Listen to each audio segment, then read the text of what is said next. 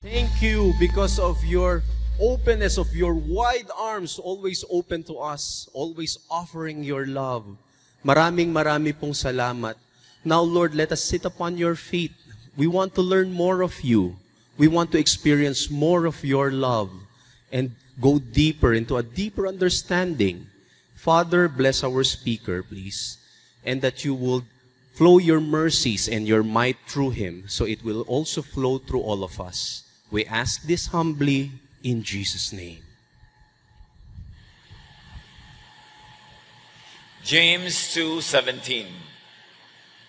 Faith by itself, if it is not accompanied by action, is dead. Ang pananampalataya na walang kakambal na pagkilos, paggawa, ay baliwala. Behind prayer. Sa likod ng mga epektibo at mabungang panalangin, ano ang matatagpuan? Dear God, we thank you that we pray and we can pray and you answer prayer. Teach us, Lord, the dynamics of prayer that you answer positively. Turuan niyo po kaming manalangin tulad ng mga disipulo ng Panginoong Jesus na tinuruan niyang manalangin. Ibukas niyo ang aming isip, ang aming bibig upang makapanalangin kami ng tama. Lead us, teach us, forgive us our sins, cleanse us, Father. Now bless your people with words that will empower us. In the name of Jesus we pray with thanksgiving. Behind prayer. Sabi nila, behind a successful person is another person. So behind a successful prayer is what? 1 Chronicles 4:10, a very, very successful prayer. One day he prayed to Israel's God, please bless me and give me a lot of land. Be with me so I will be safe from harm. And God did just what Jabez had asked. Some time ago, nagkaroon ng uso, parang lagnat, isang craze, the Jabez prayer. Kutakot-takot na mga seminar, mga meeting tungkol sa Jabez prayer. Ang umuso, ano naman at kumusta ang naging sagot ng Diyos doon sa mga nanalangin tulad ni Jabez. Nanalangin daw siya at sabi niya, biyayaan niyo po ako ng maraming lupa or maraming kayamanan. Kasi noon, ang kayamanan ay nakatali lang sa lupa. Ngayon, maraming pwedeng equivalent ng lupa na kayamanan. At sabi niya, matapos niyo po akong biyayaan ng maraming kayamanan, panatilihin niyo akong ligtas mula sa lahat ng panganib. And God did just what Jabez had asked. At ibinigay ng Panginoon ang kanyang hiningi. Why did God grant his prayer? Bakit? Ba't ibinigay? What could be behind the prayer? We should be behind our own prayers.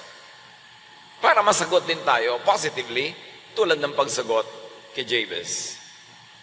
Jabez prayed for prosperity, something not bad to ask for, in fact, very good to ask for. And Jabez prayed for safety. Sa dalawang hiningi niya, madaling malaman na si Jabez was wise. Tama ang hiningi at tama yung kakambal na hiningi, safety. Why? Because prosperity attracts danger. May kakambal na panganib ang pagyaman. Panganib mula sa mga murderers, thieves, abusers, enviers. Mahirap ding yumaman kung hindi ka handa na humarap sa panganib. Kasi ang kayamanan, marami naghahangad, marami gustong umagaw, sukdang saktan ka o patayin ka para maagaw ito. Proverbs 13:8, the rich may have to pay a ransom, but the poor don't have that problem. Tama nga naman. May mga problema ang mayaman na hindi problema ng mahirap. Tulad ng hindi ka naman kinikidnap para magpa-ransom kasi wala ka naman pang-ransom. So safe ka sa mga kidnappers at kung ano-ano pa. Now, Jabez was wise. He was wise to know that wealth would attract troubles. So sa paghingi niya sa Diyos ng kayamanan, kasama ang paghingi niya ng proteksyon. Proteksyon na hindi lang pinapaligiran siya ng anghel, kundi proteksyon na maging matalino siya para makaiwas siya sa panganib na kakambal ng pagyaman. So napaka-importante for us is to be wise. Do not indulge in, do not be the object of covetousness or envy. Do not endanger yourself. Meron akong isang kakilala, nung nagsisimula pa lang yumaman, sabi niya, ano bang maipapayo mo sa akin? Payaman ako ng payaman. Sabi ko, lay low. Huwag kang magpahalata. Huwag kang magpakita. Huwag kang magyabang. Kasi oras na naalaman ng maraming tao na mayaman ka, kung sino-sino lang hihingi sa iyo, magnanakaw sa iyo, mananakot sa iyo, mangingikil, magbabalak ng mga masama. Kaya lang, hindi siya nakinig. Nagyabang. Ipinaghalandakan niya sa buong mundo'y siya'y mayamang-mayaman na. Kaya I'm sure maraming kakambal na problema na dumating sa announcement na yon na napakarami siyempreng pumansin. Marunong si Jabez humingi ng kayamanan at ng kaligtasan mula sa kayamanan, nakasama na nga tulad ng binanggit natin yung maging matalino siya para mag-ingat. Pag matalino ka, tama ang hinihingi mo, tama ang pusong pinanggagalingan, yun ang prayer ni Jabez ipinagkaloob. Proverbs 14:24, wise people are rewarded with wealth. Malinaw, ang matatalino, ginagantimpalaan ng yaman. Ngayon, nagdadasal ka para sa kayamanan, pero ang intention mo para i-display, para ipagyabang, hindi ibibigay yun. O maibigay man, pwedeng bawiin. Kasi hindi ka matalino. Hindi lalagay mo sa panganib ang buhay mo sa pamamagitan ng pagiging mayaman. Kaya dapat matalino ang nagdarasal. And why? Because wise people do what is wise to do. Wise people plant. Kaya ang mga wise people, binibigyan ng kayamanan, kasi kasama sa pagiging wise, you plant. Because planting is behind wise prayer. And wise people not only plant, they plant correctly and wisely. Ecclesiastes 3:2, there is a time for planting and reaping. Halimbawa, nananalangin kayo ng kalusugan. Diyos ko, palusugin niyo po ako. Diyos ko, pagalingin niyo po ako. Pagalingin yung nanay ko, kapatid ko, kapitbahay ko, etc. But wise people and wise prayer is backed up by planting. So dapat pag nananalangin ka ngayon na pagalingin ka, palusugin ka, nung pa mang last year, 2 years ago, 10 years ago, nung bata ka pa lang, nagtatanim ka na ng healthful habits sa iyong buhay. Alam nga naman, kumain ng jobos na nakalagay sa mga colored food ng ilang taon, pagkatapos ngayon nagpe-pray ka for health, wala ka namang tanim 20 years ago. Anong hinihingi mo? Magic. So ang kailangan, may tanim ka. Diyos ko, payamanin niyo po ako. Pero nagsimula ka bang mag-ipon 20 years ago, 30 years ago? Nag-aral ka ba ng isang negosyo? Nag-aral ka ng trade? Gumawa ka ba ng mga social contacts na magiging supplier mo, market mo, para ka magkaroon ng negosyo? So ano, papayamanin ka ngayong bigla-bigla out of nothing? Magic ang tawag doon. Hindi yun wise prayer. Kaya maraming prayer, no ang sagot. Sabi ng Diyos, hindi ako magician. Humihingi ka ng kalusugan eh. Kinain mo lahat ang tama ng baboy the last 20 years, tapos humihingi ka ng kalusugan ngayon? Alam mo ba ang hinihingi mo? Kontra sa tunay mong itinanim. Eh ang sabi pa naman, kung ano itinanim, yun ang inaani. So gusto mo na magkaroon ng kapayapaan kayong mag-anak, pero 3 weeks ago lang, inaway mo yung hipag mo. Next week, balak mong awayin ng biyanan mo, tapos humihingi ka ng peace. Imposible ang hinihingi mo kasi wala kang tanim. Plant before and plant so that you could harvest. Akala kasi ng iba ang prayer, pinagmamagic ang Diyos. Meron kang ginawa before, meron kang ginagawa now, at may gagawin ka bukas para ang prayer mo masagot. Tanim ka ng tanim. Hindi puro fear, hindi puro worry. Nag-risk ka na mangmuhunan para ka tumubo. Alam nga naman, playing safe ka, tapos gusto mong tumubo, wala ka naman puhunan. Ecclesiastes 11:4, if you worry about the weather and don't plant seeds, you won't harvest a crop. Naku, ayoko magnegosyo. Meron kang bibigyan ng ideya, magnegosyo ka ng ganito. Marami na pong meron yan. Magnegosyo ka ng ganun, mahirap gawin yan. Magnegosyo ka ng ganun, baka ako malugi. Huwag ka na magnegosyo. Sige na, magtyaga ka na lang, magdildil ka ng asin. Gusto mong magkatubo, ayaw mo magnegosyo. Marami na po kasing kanyang business. Hindi mo ba nalalaman na kaya nga marami? Kasi maraming bumibili. Tapos takot ka na marami nang gumagawa nun. Well, kung may ideya ka na original, gawin mo. Pero hindi nakakatakot yung marami na pong may ganun. Kasi ibig sabihin, maraming market. Pero kung lagi kang natatakot, hindi ka aani. Tulad ng, huwag mo makapagtanim ngayon, parang uulan. Huwag makapagtanim ngayon, parang sobrang init ng araw. Hindi ka na magtatanim kahit kailan. Non-planters, in fact, warriors, won't harvest anything. So, bakit may reward ang wise? Usually, the reward good people get are only automatic, are only natural effects of their good and wise ways. So, daig ng wise, nagtatanim, masipag, yung dasal ng dasal, pero walang ginagawa at hindi naman kumikilos at hindi nagtatanim. Kahit na mamalat siya ng kada dasal, wala siyang mapapala. Kasi ang tunay na dasal ay gawa, hindi salita. Kaya maraming masipag na tao sa kanilang pagsisipag, actually nagdadasal sila kahit hindi inuusal ng kanilang bibig. Meanwhile, yun naman dasal ng dasal. Dasal ng dasal, buka ng buka ang bibig, pero walang ginagawa. Naku, huwag kang umasa na may mangyayari. Tapos magtataka ka, hindi dinidinig ng Diyos ang dasal.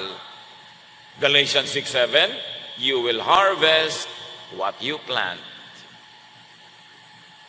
Kung anong tanim, yun ang ani.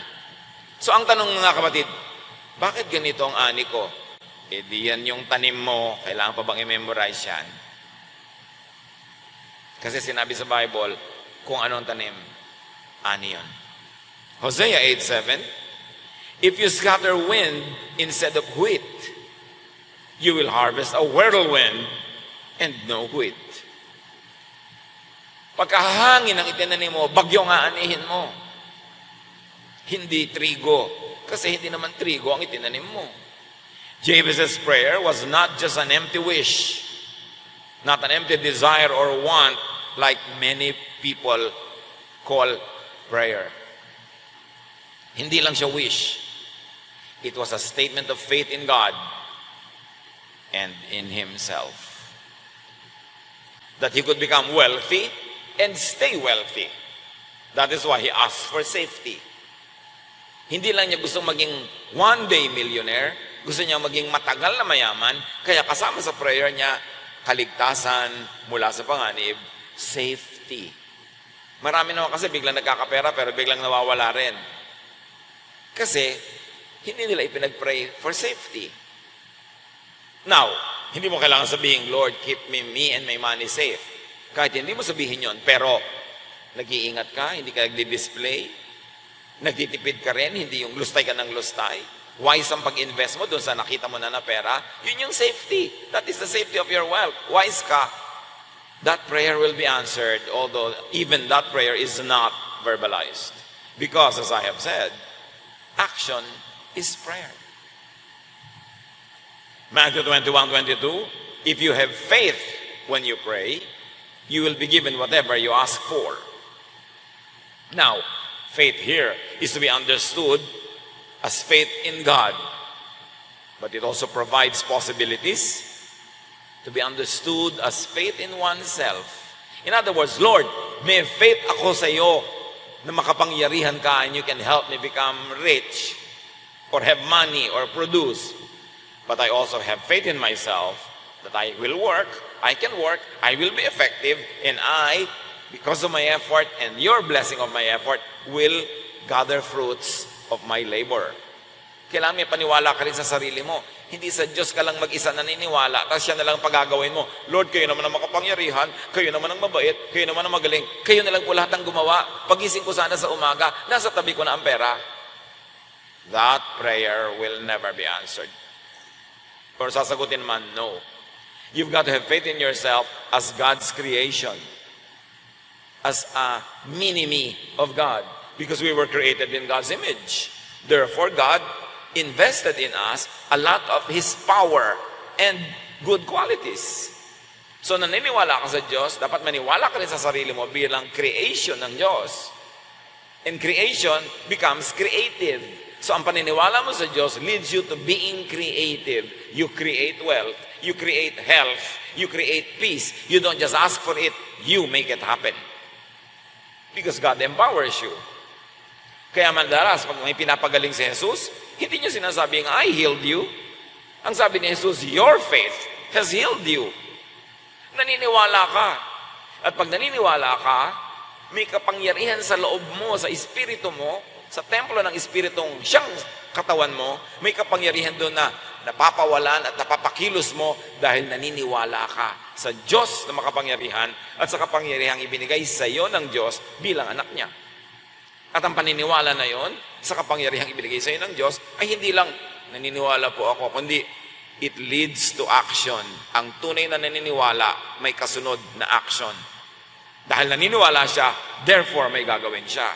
So naniniwala kang gusto ka ng Diyos na iangat sa buhay, may action yon. May gagawin ka, may tanim ka. May itatanim ka ngayon para mag-harvest ka next year. Pero gusto mong mag-harvest ngayon, itanong mo kung may tanim ka last year. Hindi pwedeng biglang papaharvesting ka ngayon nang wala ka namang tanim noon. So pwede kang ngayon na lang magtanim, next year ka pa-harvest o 3 years from now. Pero huwag kang umasa nga harvest ka ngayon sa hindi mo tinanim 10 years ago. Magic ang tawag doon. Kaya ang matalinong tao, tanim ng tanim ng tanim. Hindi mo alam kung alin ang tutubo, kailan tutubo, at gaano karami ang magiging bunga.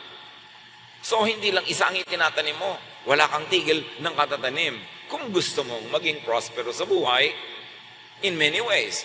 Gusto mong magkaroon ng prosperous health, tanim ka ng tanim. Eto, may plato, may buffet, may handaan. Pipiliin mong kakainin. Pinipili mo ba yung mabuti sa katawan o yung masarap lang sa bibig, pero hindi mabuti sa katawan at lululunin mo yon ng pikit mata dahil masarap sa bibig? Ang itinanim mo sa katawan mo ay sakit. So huwag kang umasang aani ka 6 months from now ng kalusugan. Nagtanim ka ng sakit At hindi kayang baligtarin ang dasal ng bibig ang ginawa ng katawan. Gusto mong lumusog? Alam na natin kung ano yung mga pagkain ng mga pampalusog. Pagkabat may iba-ibang opinion ko minsan, di pag-aralan mo. Pero yung wala kang ginagawa, hindi ka nag-exercise, kain ka ng kain ng mga bawal. Meron nga, may sakit na, bawal pa rin yung kinakain. Tapos, ipag-pray nyo naman po na gumaling ako. Ipag-pray, mapagurin mo ko ng kape-pray para gumaling ka. Pasarap ka ng pasarap na kumain ng bawal. Magdusa ka. Bakit mo ako pag-pray? Kukontrahin ng prayer ko, yung ginagawa ng katawan mo, yung ginagawa ang mas epektibong prayer. Marami mga tao, hindi nila naiintindihan kung anong prayer Parang basta na lang isang batang walang isip, makitid ang isip na hingi ng hingi sa magulang kahit imposibleng hinihingi. Tanim, ani. Yung kalusugan natin ngayon, tanim nyo yan sa mga nakaraang araw, linggo, buwan at taon. Anihin nyo. Ngayon, gusto nyo iba naman ang anihin nyo next week, next month, next year? Magtanim na ka ngayon ng healthful ways. Discipline yourself. Tatanda ang lahat ng tao. Mga kailangan magpagamot. Ano ang ibabayad nyo? May tanim ba kayo? Meron ba kayong savings? Meron ba kayong insurance? Meron ba kayong itinanim na mabuti sa kapwa para maawa man lang at ibili kayo ng gamot? Anong tanim? Kasi kung anong tanim, aanihin. Kaya iba, walang katanim-tanim. Hindi man lang magtanim ng ataol. Kaya pag namatay, wala man lang ataol. Hindi man lang magtanim ng kahit man lang health insurance para kung may sakit, makapagpagamot man lang. Magkakasakit at magkakasakit ka. Kaya paulit-ulit, generation to generation, pag tumatanda na, ang dami ng sakit, walang pera, eto na ngayon, di kawawa. Nasa ng tanim. Ngayon, hindi naman lahat ng tanim bumubunga Kaya kumisan, ang buti-buti mo sa iba, hindi rin sila mabuti. Si Jesus nga, pinagaling 10, isa lang bumalik. So kung gusto mong merong isang tumulong sa'yo, pagdating ng panahon, tumulong ka sa 10 ngayon, at least by virtue of statistics, may isa man lang nagagawa sa'yo ng mabuti. Matthew 21:21, if you believe and do not doubt, sabi ni Jesus, you will be able to do what I have done to this fig tree. Sinasabi ni Jesus, hindi exclusive sa akin ang kapangyarihan. Kung nananalig ka at di ka nag-aalinlangan, yung ginagawa ko, magagawa mo rin. Can you imagine that statement coming from Jesus? So marami tayong unused, underused spiritual power. Because Jesus said, if you believe and not doubt, you can do what I'm doing. In fact, sabi niya, you will do even greater things than this. So anong ibig sabihin ni Jesus doon? Maniwala ka. Behind granted prayer is great faith. At hindi mental, intellectual faith only. It is mental, intellectual faith that leads to physical action. May ginagawa. Being wise, the prayer of Jabez was a state of mind, a mentality, a value system that could have shaped and energized his life and lifestyle, his work ethic. Wala naman tayong nalaman tungkol kay Jabez sa buong Bible, yun lang ang minention. Pero safe to think that he really was a wise man as revealed to us by the type of prayer that he prayed. In other words, he prayed from a mentality, a prosperity mentality, not a poverty mentality. Poverty mentality, yung ganyan lang talaga ang buhay, magtiis na lang tayo, wala tayong magagawa. Yan ang sinabi mo, yan din ang ginagawa ng katawan mo, yan ang magiging buhay mo. Wala kang ang magagawa. Kasi sinasabi mo na, naniniwala kang wala kang magagawa. Pero ano mangyayari sa'yo? Ano inaantay mo na lang? Magic. Kaya yung mentalidad, mahalaga eh. Ma-shape ang utak ng tao para ma-develop, para yung mentality niya progressive, positive, fruitful. Hindi puro negative, puro ayaw, puro bawal, puro takot. Walang mangyayari sa ganon. True prayer or wish should reflect and echo, should be based on, and should be energized and operated by its corresponding work ethic.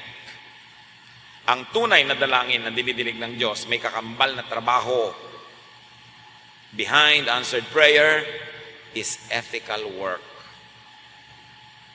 Proverbs 14:23, in all toil there is profit, but mere talk leads only to poverty. Lahat daw ng pagsisikap ay merong ganansya. Pero ang daldal lamang, tulad ng dasal na daldal lamang, umuuwi lang yan sa karukhaan, sa karalitaan, sa wala. Prayer without work is mere talk. Kaya, ipag-pray nyo naman po ako para ako gumaling. Anong ginagawa mo para ka gumaling? Baka ako pray ng pray, tapos ikaw gawa ka ng nagbibigay sa'yo ng sakit. Huwag mo na akong pagurin. Dapat kumikilos ka. True prayer, true wish, leads to, results in, realizes itself in purposeful action. Ang totoong dalangin ay umuuwi sa at nagbubunga ng masikhay, matalinong paggawa, pagkilos. Matthew 7:7-8, sabi ni Jesus, ask and you will receive. Kita nyo, verb, ask and you will receive. Search and you will find. Knock and the door will be opened to you. Hindi lang niya sinabing ask and you will receive. In-explain niya kung ano ibig sabihin ng to ask, to search, to knock, to do what it takes to receive what you're asking for. Sabi niya, everyone who asks will receive, everyone who searches will find, and the door will be open for everyone who knocks. So hindi ka lang naghihintay na malaglag ang papaya, ang bayabas, ang prutas. May ginagawa ka. Binubungkal mo ang lupa, tinataniman mo ng buto, didiligan mo, inaalagaan mo para lumago at mamunga, at saka mo bantayan ngayon ang paglaglag ng prutas. In fact, hindi mo dapat antayin lumaglag, akyatin mo o sungkitin mo para makuha mo ang bunga. Lagi kang may gagawin. Kakambal ng katamaran ang karukhaan. Automatic yun. Yung mga tamad na nabubuhay, sumisip-sip lang yan ang dugo ng iba, kaya buhay. So, ang mga tamad, dapat ang nickname, linta. Kaya masig, ate, bakit linta? Ilang patak ng dugo ko ang sisip-sipin mo ngayon, linta. Di ba? Mami, pahingin pang load. Anak, 50 years old ka na, halika na, baby, linta. Sipsipin mo na ang dugo ng mami. Hindi ka kumikita, load ka ng load. Magtsaga ka. Mag-mental telepathy ka na lang. Huwag ka na mag-text kung wala kang pan-load. Pagkatamad ka, magdusa ka. Tapos papray ka ng papray. Pag-pray nyo nung po ako magkatrabaho, di ba, ilang beses sa kita pinag-pray, lagi ka natanggal. Kasi lagi kang late. Pati stapler, dinakaw mo pa. Tapos, hinipuan mo pa yung co-worker mo. Tapos ngayon, ipag-pray na naman kita, ay magtsaga ka. Hindi kita ipag-pray. Kasi hinihingi mo, magic. Dapat gusto mo magkatrabaho, yung action mo, yung kilos mo, bagay sa pagtatrabaho. Hindi kinokontra mo. Tanghali ka nang gigising, tapos pray ka ng pray na huwag malate. Ano yun, magic? Ang traffic po, di bumango ka ng 4 o'clock. Siguro wala pa traffic noon. Boring na yung traffic na yan na excuse. Luma na, wala nang bago. Alam na natin yon. Hindi na dapat yun surprise. So the prayer that Jesus teaches is not simply asking, which is really passive. It is hinged on purposeful actions. Ask, seek, knock. Meron kang ginagawa. Prayer or wish for wealth acts to produce wealth. It does not just ask, then idly wait to receive wealth. May gagawin ka. Proverbs 12:27. If you are lazy, you will never get what you are after. But if you work hard, you will get a fortune. Paulit-ulit yung tema ng katamaran. Tapos padasal ng padasal, sayang ang prayer. Behind answered prayer is hard work. Sasabihin mo, alam mo, pag nagpe-pray yan, grabe, answered agad. Sigurado, nagwo-work yan. Sigurado may ginagawa pa yung iba. Hindi lang usal ng mga panalangin. May ginagawa yan. Kaya sinasagot yan ng Diyos. Prayer that gets answered is an action plan and its actual execution. Pag may prayer ka, dapat meron kang plano. Lord, bigyan niyo po ako ng trabaho sa Surigao. Anong plano mo? Meron ka na bang skill? Meron ka na bang hinanap na employer? Meron ka na bang plano kung paano lilipat doon? May pamasahe ka na ba papunta doon? May kinausap ka na ba? Nag-apply ka na ba? Hindi po. Ba't ka dasal ng dasal? Wala ka palang plano. Kailangan may plano ka na. Kasi mo, Lord, please bless this plan, bless this plan, bless this plan. Ganon. Parang sinabi sa'yo ng lalaki, I love you. Anong ibig mo sabihin? Papakasalan mo ba ako? Hindi. Abay, wala ka palang plano sa akin eh. Bakit naghahanap ka ng relasyon? Anong gagawin mo sa akin? Dekorasyon ka ng buhay ko? O ako, dekorasyon mo? Wala ka palang plano. Therefore, I will not deal with you. So, pray ka ng pray sa Diyos. Dapat may plano ka. True prayer is founded on past, present, and future work. Unceasing prayer is progressive work. Kaya mga Lord, paunlarin mo po ako, palusugin mo ako, patalinuhin mo ako. May ginagawa ka para mangyari yon. Hindi mo hinihingi ng basta ganun na lang. Genuinely prayerful people not only gather to pray verbally, they also do actual work. They put work behind their prayer and they back up their prayer with work. He who works, prays. Alam niyo yung gawa ng gawa, kahit hindi usalin ang bibig yun, nagdadasal siya. At yun ang dasal na epektibo. God grants and answers the prayer because God blesses the action with its logical fruit. God causes the seed you plant to grow and bear fruits. Kinasabi, answered prayer. Pag sinabing answered prayer, ibig sabihin lang, pinatubo ng Diyos yung itinanim mong buto. Pinabunga niya yung tanim mo. Pero dapat may tanim ka. Luke 18, 1-5. Jesus told his disciples a story about how they should keep on praying and never give up. Ito magandang tip. Tinuruan ni Jesus ang kanyang mga alagad kung paano magdadasal ng walang humpay, walang tigil. Ang itinuro ba niya? Lumuhod ka, tiklopin mo yung kamay, yumuko ka, umusal ka na umusal ng umusal ng umusal. No! In a town, there was once a judge, sabi ni Jesus, who didn't fear God or care about people. Problem judge, nabibili. Hindi siya matuwid.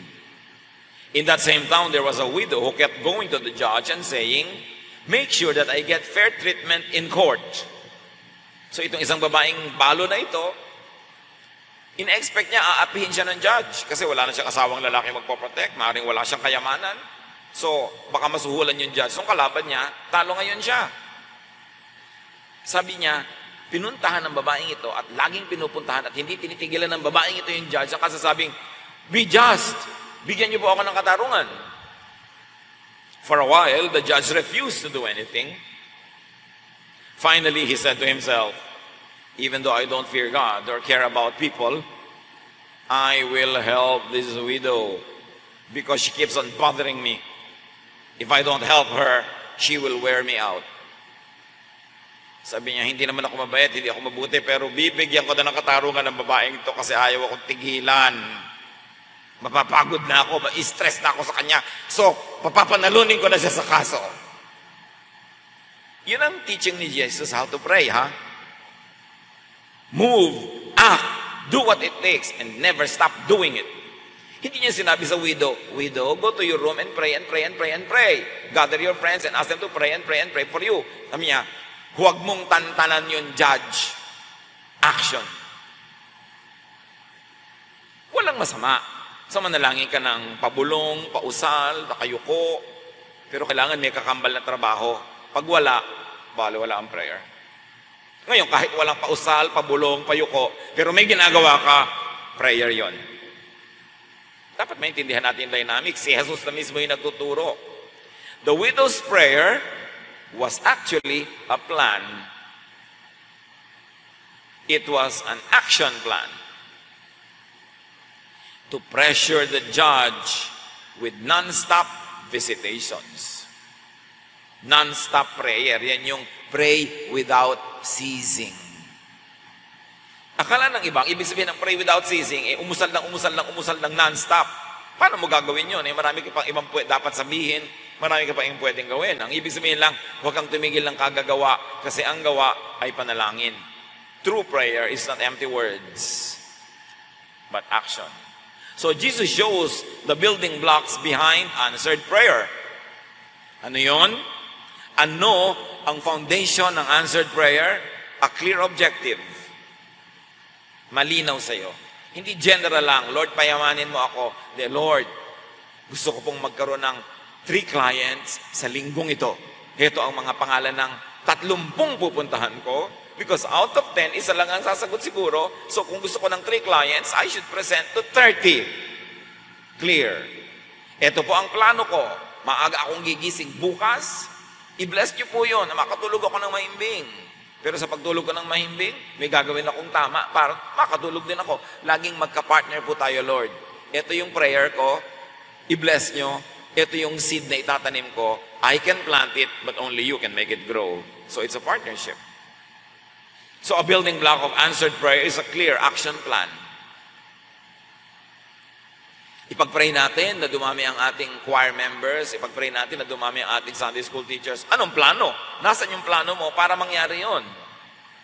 A dutiful execution of the plan is also part of answered prayer, and then persistence till the goal is achieved. Hindi yung konting discouragement, tumitigil ka, nanghihina ang yung loob, ayaw mo nang ituloy. You act, God reacts. You plant the seed, God makes it grow. You pray, yun ang ibig sabihin nun, act and plant is you pray, God answers. The prayer of Jabez was a craze. Tulad ng napakaraming mga pauso sa mga sangkakristyanuhan. Pag nausong tumahol, tahulan ng lahat. Nausong ng tamburin na ng lahat. Nausong mag-mountain prayer or prayer mountain, mountain ng lahat. Tapos para rin lagnat na humuhupa at nalilimot at hindi na malaman at masuri kung epektibo nga ba. So yung prayer of Jabez na yan, umuso yan. Multitudes were told to pray the Jabez prayer. But we're now told to be wise, to act like Jabez. Multitudes prayed the Jabez prayer, but did nothing beyond mechanical, passive utterance or wish. Multitudes received nothing from God, naturally. Kasi hindi nila naunawa kung anong ibig sabihin ng isang effective prayer. True prayer, in fact, true wish, hindi naman masama yung wish eh. Pwedeng equivalent yan ng prayer, but it is faith in action. Not faith in inaction, but in action. True prayer is work ethic. It is work. It is wisdom to plant seeds and then ask God to bless the project. Si Karl Marx, or Marxism, says, religion is the opium of the people, of the masses. He probably meant passive, miracle and magic obsessed and dependent religiosity. Ang nakita kasing religion nila Karl Marx, yung mga nag-inspire ng socialism, communism, ay yung religion that was practiced in their countries. Yung miracle and magic obsessed, miracle and magic dependent religiosity. Kaya sabi ni Karl Marx, pangbangag lang ang relihiyon, pangbangag sa sangkatauhan, pangbangag sa masa. Kasi ang nakita niyang uri ng relihiyon, yung ganun nga, yung umaasa lang sa himala, wala namang ginagawa. This is not Jesusness at all. Yung dasal na walang gawa, hindi yan ang dasal ni Jesus. Behind an answered prayer is faith. Belief in God and in oneself as God's creation. Therefore wonderful and therefore powerful. Behind an answered prayer is intelligence, wisdom, a plan of action, and persistent, expectant action till the goal is achieved. Well, God helps those who genuinely cannot help themselves. Tinutulungan naman talaga ng Diyos yung mga walang kayang gumawa. Yun, pero yung may kaya, pero hindi gumagawa, hindi yun ang tinutulungan ng Diyos. Pero yung talagang walang kaya, yun ang dapat humingi ng himala. Yun ang dapat humingi talaga ng Diyos na ang gumawa. Kasi wala silang kayang gawin. Halimbawa, lumpo ka, paano ka makakalakad? When it comes to being mobile, you really need a lot of help from God. Pero, ang lusog-lusog ng mga paa mo, tinatamad ka lang, huwag kang humasa. Walang ganun. God should not be expected to help those who can help themselves, but do not. Kaya mo, pero hindi mo ginagawa, huwag kang umasa. 2 Thessalonians 3:10, we also gave you the rule that if you don't work, you don't eat. Kaya mo magtrabaho, you are not too young, too old, or too sick, but you don't work, don't eat. James 4:8, come near to God, and He will come near to you. Yan ang sinasabi nating act, and God reacts. Ask, seek, knock. Do something, do the right thing, do what you can. That is prayer. Do not over-expect and over-depend on miracles or magic. Well, yes, may miracle, pero exceptional yon.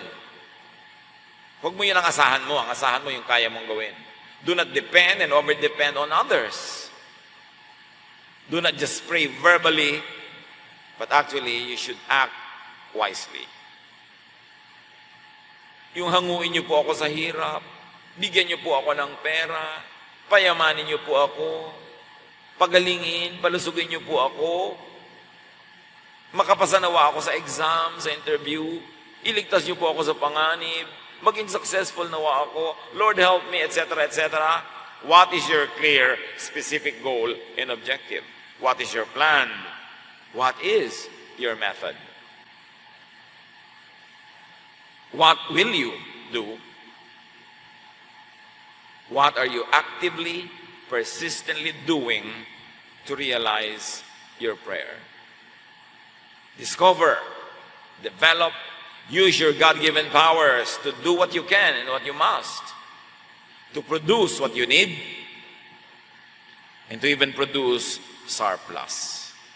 Gawin mo ang magagawa mo para anihin mo ang kailangan mo at sumobra pa ang ani mo para may maibigay ka pa sa ibang tunay namang hindi na nila kaya pang magtanim o umani. Mark 9:22-23, please have pity and help us if you can, sabi ng mga tao kay Jesus. Jesus replied, why do you say if you can? Anything is possible for someone who has faith. In other words, everything is possible for someone who believes in God and Himself and puts that belief to work. Ano ang gusto mo pagtrabahuhan mo? Hindi lang sasabihin sa dasal. Sikapin, kitain, deserve before you desire. Deserve before you pray with words. This is what effective prayer is all about. Dear Lord, continue to open our eyes para hindi maraming sayang na oras sa pananalangin na hindi naman tinutugon. Paunawa, ipabatid, ipaliwanag niyo sa amin ang mga sangkap ng tunay na dalangin na dinidinig ng Ama sa Langit. Pagbulay-bulayan natin ito sa mandali, spend some time in reflection. God bless you.